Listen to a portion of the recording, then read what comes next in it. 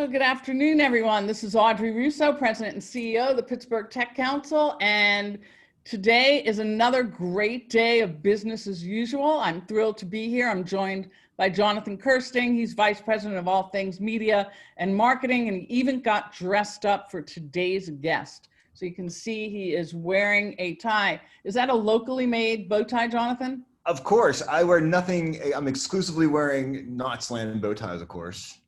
Very, very cool. You're looking really good. I try my best. Appreciate that. So Jonathan will be here, and we'll have plenty of opportunity to ask our guests questions. We're going to be using the chat. We're going to mute you, so making sure that we don't hear anything in the background. And we will jump in a moment by introducing Ryan Green.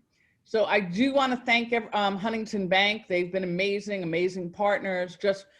They have been providing incredible support to the business ecosystem, particularly through the pandemic, but even beyond. So if you're looking for any kind of help in terms of banking needs, reach out to Huntington Bank. They're an amazing team, and they've been great supporters of the Tech Council and the tech community.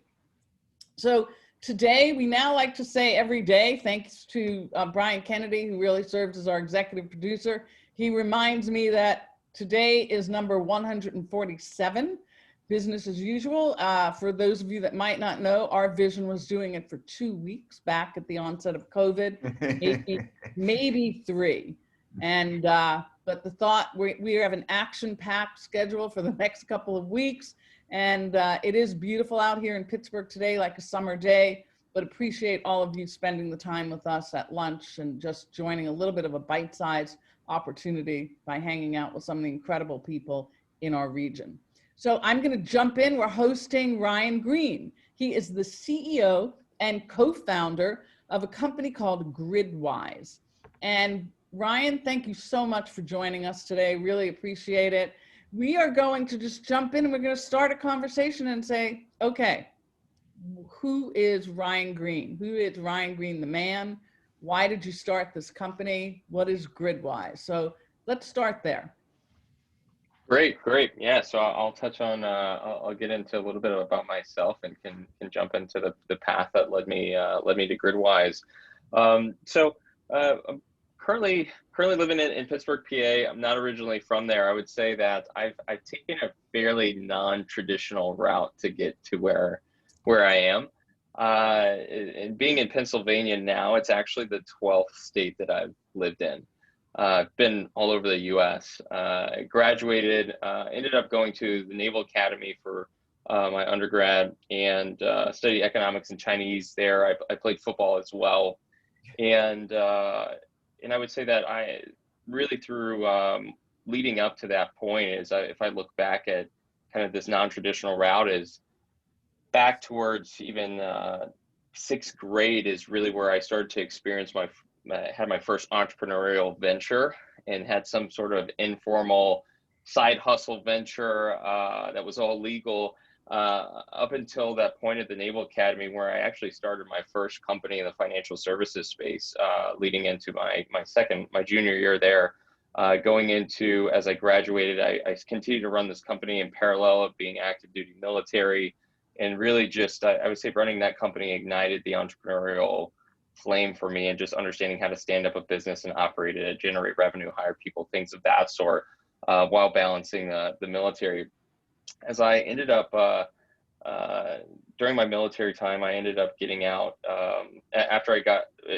before I got out of the military, I actually had some experience driving on the side, which this will be relevant in our discussions, driving for Uber and Lyft, as it was this new concept that had just come to our city. And I'm like the early adopter of every technology. You put it in front of me, I'm probably going to try it. Have been still am an active driver as well. And as I got out of the military, I ended up moving to Pittsburgh to take a job in trading doing currency trading at PNC. And after a little bit of time at PNC, I had left to start Gridwise.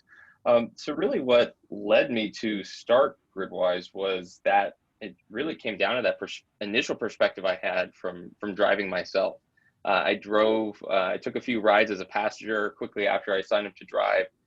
And very soon after I started driving, I started to experience the pain points that these workers go through on a daily basis. And it really, what I started understanding is it really came down to the key pain points related to fragmentation and inaccessibility of data. Key information that they need to make decisions, operational decisions on the road of when and where they should be driving based off what's happening in the city real time, what's happening ahead of time as well. And also just retrospectively, it's just, okay, I did all these things as I was out on the road, but like, how did I perform? Like, what is my performance, and what are what are analytics related to my driving that I can use to help inform my strategy moving forward?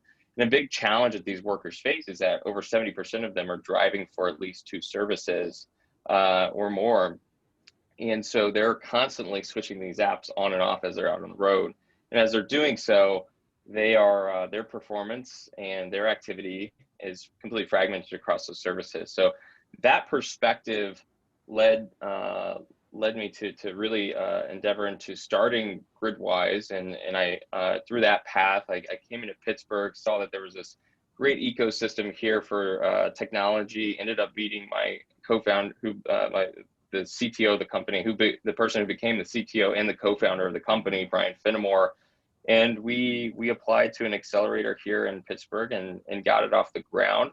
And really, one thing I'll add to that, and I'll talk a little bit more about like where Gridwise is now and what our focus is, but really as soon after we started Gridwise, we started to really entrench ourselves within the mobility industry and the mobility ecosystem.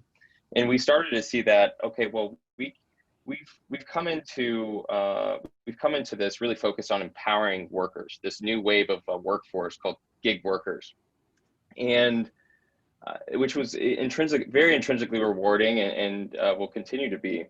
But in parallel, we also saw that there was an opportunity for us to leverage our platform, leverage our application to build a platform, more of a mobility platform that could empower other stakeholders who are also facing similar challenges that the drivers are, but just focused on different use cases. So that really came down to like tangentially extrapolating out the fragmentation and inaccessibility of data and seeing how that applies to cities and departments of transportation and other mobility service providers, fleets and shuttles and others out there, but also those who interface with mobility, such as retail or commercial real estate firms.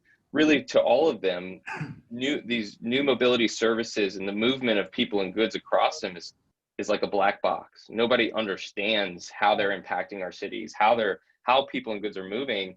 And so really since the earliest stages of our company, we've focused on building a platform and which leads us to where we are now, of building a platform that is focused on empowering these various stakeholders through analytics. And we offer this app to empower workers to help them be more operationally savvy and make more money, and then use the application to help us understand the supply and demand across all the major service providers, aggregate, anonymize the shared mobility data, and provide access and license out the analytics, the anonymized analytics, to these stakeholders to help them actually make changes in the world that are hopefully improving the way that people and goods move in cities.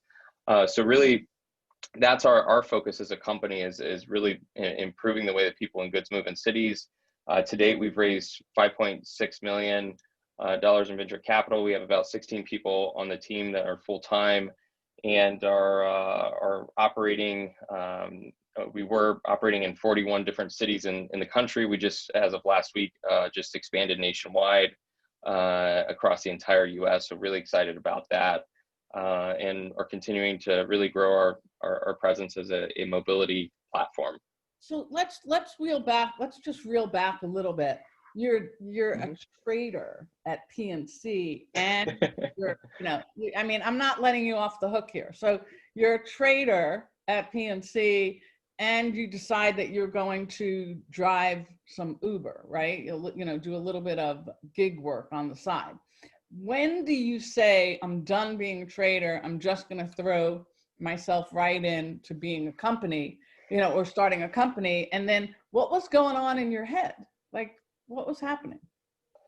Yeah, well, it really came, I think coming into the position, I knew that I wasn't going to make a career at PNC, or that wasn't really my goal. I saw it as a great opportunity, a great experience, and a chance to learn a lot there. But coming into that, as I had a list of about 20 different ideas for what my next venture would be, after I ended up shutting down my last company and failed through many reasons and numerous mistakes that we made, and the fact that all my partners were around the world on ships and planes, and both that made it operationally dysfunctional. But really, so I came in and I had like a top 3 a little bit into starting my job that I was just kind of working through validating. I was like, but my goal was by year 3 to have something fully validated, fully baked, and to be able to jump into that full time. That was my goal. And the Gridwise, the concept of Gridwise ended up coming up to the top, because I was an active driver, but I was also taking rides with Uber and Lyft and drivers, and hearing and interviewing them and hearing them complain about their pain points of what they were experiencing. And then I ran a series of experiments to really prove out what I thought the concept of Gridwise could be after hearing more and more feedback over time. And so it really, it went from that 3-year goal to, I think within about 4 or 5 months, I had the concept of Gridwise really like proved down, and I saw that it was really onto something here. And the pace of that, it just accelerated. And I was like, well, there is an opportunity to really, either I jump into this now or I don't do it at all, and I miss out on this wave. And so I decided to really take this wave, and within after a year of being at banking, I positioned everything and received initial funding from a startup accelerator called Alpha Lab here in Pittsburgh to allow myself and my partner to jump full time into this after about a year of being in Pittsburgh. So so no one's going to hold you down. That's what we're hearing. So you're a guy that's got a ton of ideas and an analytical mind, and you want to get stuff done. So what about COVID? What happened during COVID? I mean, we were talking earlier, I was an avid, user of Uber, actually thinking about, I probably don't even need my vehicle anymore. And now I don't move around, right? And then on top of that, as Jonathan mentioned, there's a whole shift of what's happening in places like Uber in terms of employees versus gig workers. Can you shed some light on some of that stuff for us? Yeah. So really, as soon as we reached, what was it, around mid-March, when COVID became fairly prominent, and establishments started closing down, and our economy did to some extent, is that drastically had an impact on rideshare, on the rideshare market. Uber and Lyft saw trip volumes decrease by about 80%. Right. Pretty quickly after that. So it was for us, it was we saw that impact, and we could see, we were almost like, we had direct visibility into that. And our platform was very focused on the rideshare space, more so than delivery. And so what we did is we had the features built into our roadmap that were to provide value to delivery drivers that were a little farther down the road. And we took what we did as soon as this happened, we audited the roadmap, reassessed everything, and just said, let's move all that delivery utility to the front and support the delivery segment much sooner than as soon as possible. And so that's what we did. The team executed really well on that. Within, I would say, 2 weeks of everything after mid-March going into April, is we had features rolled out for the delivery functionality, supporting, Jonathan, you were mentioning earlier, all the different services we're supporting. We went from a key set of rideshare services to supporting drivers who are driving for food delivery, food, grocery, and parcel delivery services like Postmates, DoorDash, Instacart, Amazon Flex, and so many more. So doing that really positioned us well, as we took a hit on user growth and revenue initially, but then in the midsummer we were able to turn things around from a growth perspective, and actually see month-over-month growth in our user base over the past couple of months because of that shift that we made there. So that is from a product and platform perspective, that was really a big. That was really the approach that we took there, and we're continuing to, as we build, as we're doing, launching some of the most pivotal features and impactful features for drivers that we've ever launched before is everything is really encompassing of now both rideshare and delivery utility to these workers. So essentially, it's the data that makes your company have the most value. And we hear that a lot from startups. But my head is spinning because I'm thinking of so many different ways that your data can be useful and valuable, not just to the gig workers. So are you thinking about all that as well? Or people coming and talking to you about that as well? Or am I just stepping in some stuff that you don't want me to step in? No, I think you're right on track there, Audrey. It's definitely a direction we're heading. And when I mentioned being able to empower these other stakeholders within the mobility ecosystem and interfacing with mobility, it's really come down to what can we do to build an analytics component of our business to empower these stakeholders. And so really where the value of our platform for both the workers and these other enterprise stakeholders is that Gridwise is a service agnostic platform. We are supporting drivers across not just Uber, but across all 15 plus different services in the ecosystem. And when you think of from a data perspective, what we have insight into is in the most comprehensive picture of people and goods movement across this entire industry. Right. Uber has mountains of data, not to discredit the data that they would own, that they have or possess or generate at all.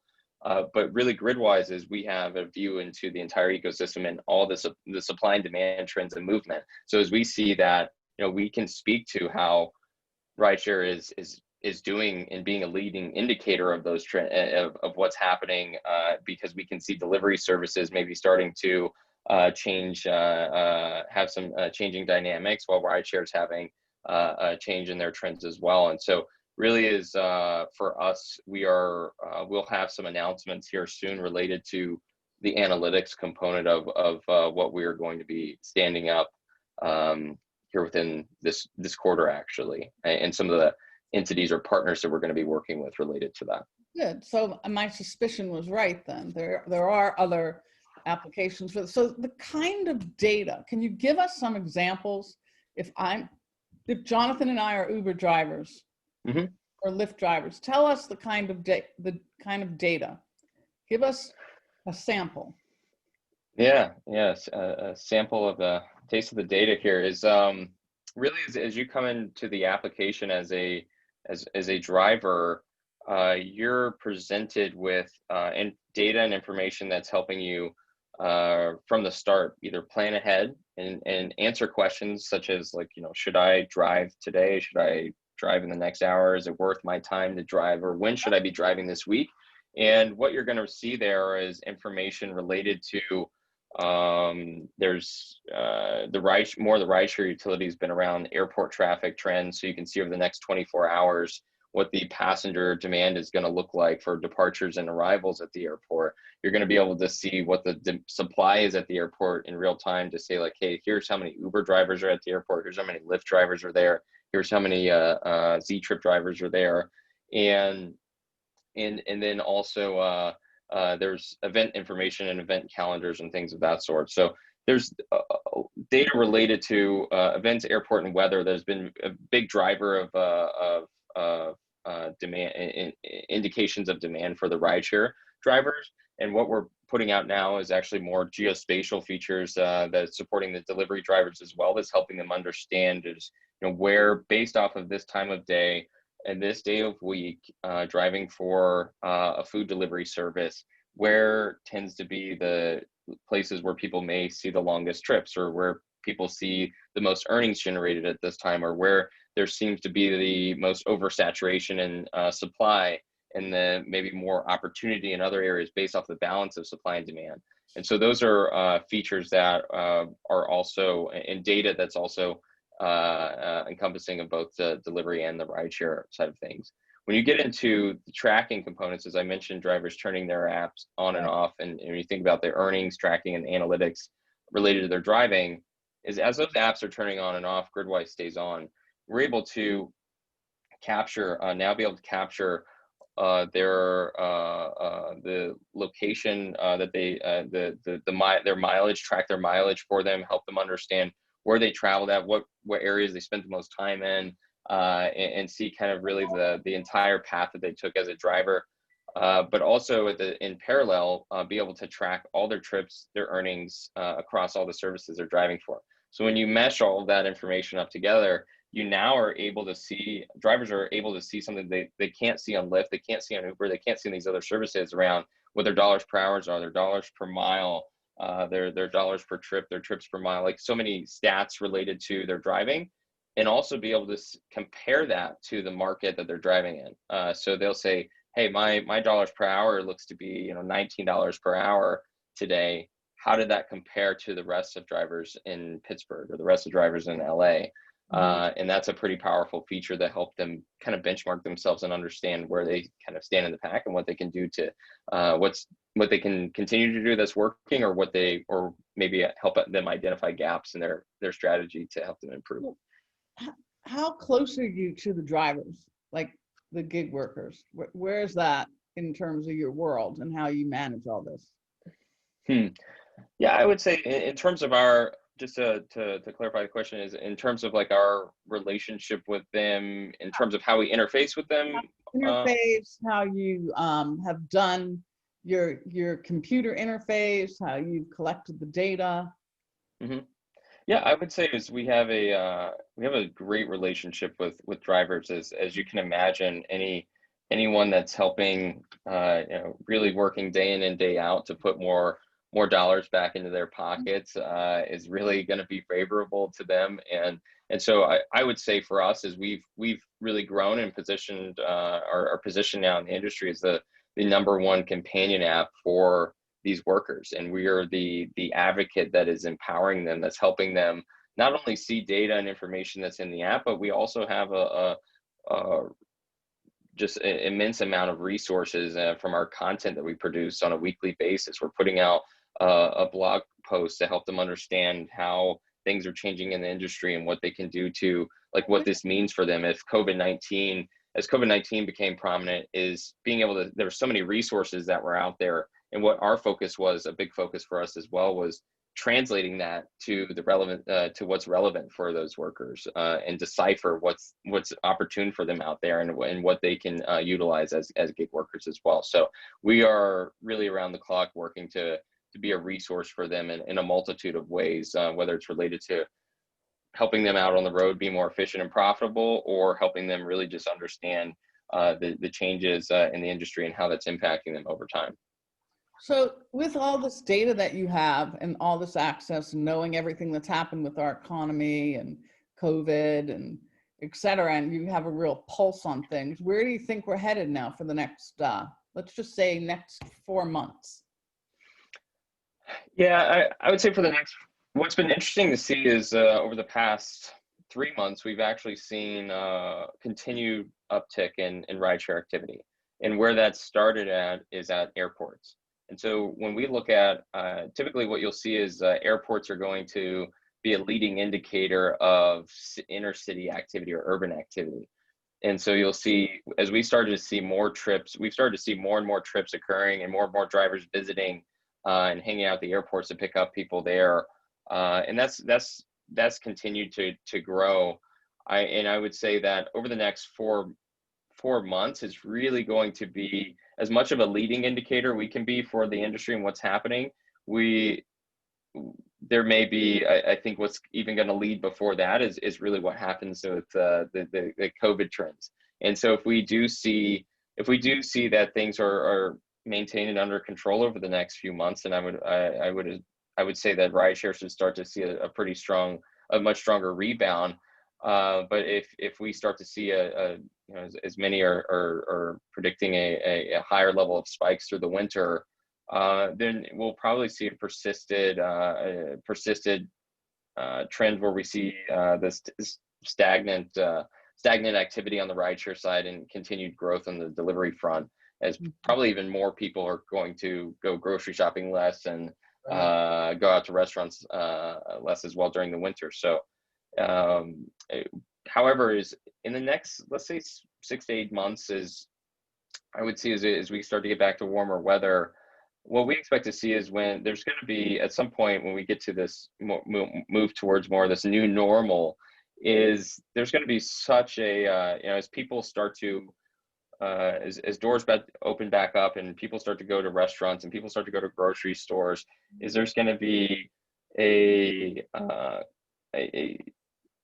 quite the decrease in demand on the delivery front across all delivery modes of delivery, and an oversaturation of supply of gig workers who are working for those services. And so what a lot of the, I think as soon as we start to see that happen, you're going to see a very rapid growth uptick in the rideshare front, because you're going to have a lot of those gig workers who have seen the benefit, like have really said like, hey, I love the flexibility of working for these types of services. I want to maintain this type of maintain my ability to work for these services, whether part-time or full-time. A lot of them are going to switch over to rideshares as quick as possible as rideshare starts to as we see things start to open back up. So that's going to be an interesting seismic shift in the industry, and I think would happen fairly quickly as we start to see things open back up over time. So as we think about this shift that you made from working at PNC, trading, and making this jump, what would you say that is the big takeaway that you know yourself that you're an entrepreneur, and that the rest of us can say are indicators when we know we're an entrepreneur? Yeah, I would say is I think it was that my experience through, in hindsight and looking back, as I mentioned, since sixth grade of always having, I can't remember a time where I didn't have some kind of like side venture going on, and so I would say that it's, I don't know, I've always been extremely curious and as I identify problems in the world, if there's not a solution for it that you can find, then it's trying to figure out a way to solve a problem or to fill a gap when you see a need from people. And that's always been a trader behavior that I've had. But I would say it's like the transition from PNC to Gridwise and leading up to that is, I think some of the traits that I started to become more aware of during my time working there is that I really embodied or really cherished variability in my schedule and the way I work, but also variability and chaos. And I think that's like part of that came from, if I think about my time in the military or even at the Naval Academy, it was a very chaotic 4 years. And I think it just really it was instilled into me. And I as I start to get into kind of the same hours each day and the same set of tasks that I was having to do there, it just didn't really work with the kind of the way that I'm structured and my mind works. Mm-hmm. And so I think is having that autonomy and having the ability to say, put me out by myself, and if I have ownership over what I can do, I can make something happen. And that was really my mindset and what was a big driver of me going into starting Gridwise when I did, and not staying any longer at that position. So it's so fascinating. As we wrap up, you think of someone who's been in the military, who's spent time at the Naval Academy, a lot of structure, even though there's chaos, a lot of hierarchy.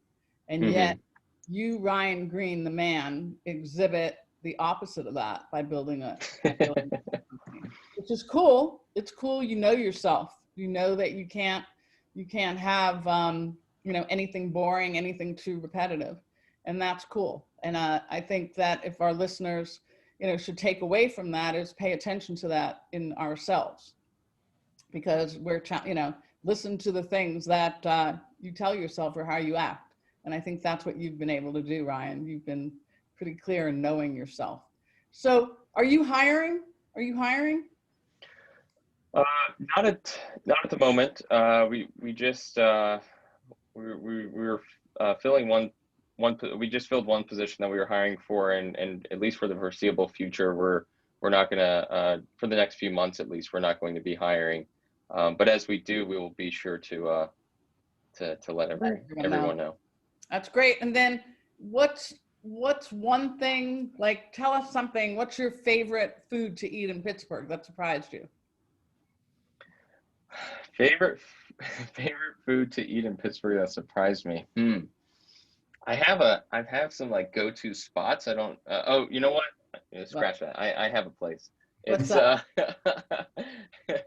It's it's Salim's Market and Grill. Oh, It's like that it's is awesome. hands down my favorite place. I think we built a culture at Gridwise that involves us eating from there at least twice a week. It's great. The one thing I'll say about Salim's Market and Grill, and I'm not a brand ambassador of them or have any referral codes, but I promote them quite a bit, is if you do go there and you go to their grill, the restaurant portion of the market, is you have to try the ground chicken burger. Something you'll never think to order at a Middle Eastern market, and something you probably never heard of like there's no place that just serves ground chicken burgers. But it is, every person I've ever turned on to it, it is one of their, I don't eat burgers anywhere else. That's the only place I eat burgers. And a lot of people order them after they've had it for the first time. Okay, well, you heard it here. You heard it from Ryan. Jonathan was a little quiet today, but look how awesome he looks today, wearing that Knotsland tie, all decked up. Guess he moderated a panel at Think 30. And so as a result, he got dressed up for the occasion. Go to Gridwise, check them out, watch them, because I think there's going to be some things that we'll see from them in the next 6 months to a year at least. And he even leaked out that there might be some info or some release of some other interesting intersections in the next month or so. So thank you, Ryan Green. Thank you for spending time with us today and sharing your story. Jonathan, what do we have up for the rest of this week? We have Carnegie Mellon stopping by tomorrow to talk about the COVID project going on there. So that should be that's cool. Looking forward That's to it. great. And then I know we have a packed week next week as well. So I want to thank everyone for joining us. Check out Gridwise and stay safe and enjoy the amazing day today. See ya. Thanks for having me.